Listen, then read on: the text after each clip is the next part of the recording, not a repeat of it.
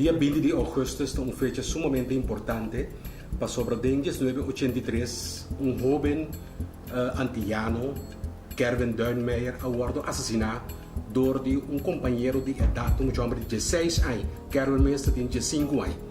Ele awardado assassinado por um jovem branco, um jovem branco avisa literalmente neger gaat terug naar je land. Want ela matele.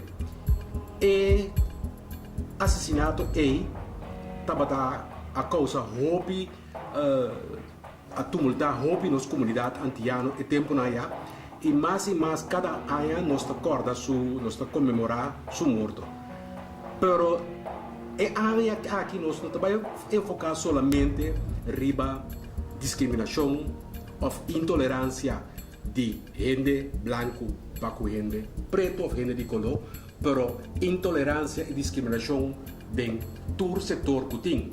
Desafortunadamente, nós estamos vendo 26 anos depois, com o qual que passa Ribadam na Amsterdam, caminho da Botawaco tem roupa e intolerância tomando lugar ainda. Seja que está de branco com branco, branco com preto, preto com preto, homossexual, lesbiana, gente não que está 30 anos de um bairro, está sendo weggepest na comunidade, caminho está viva.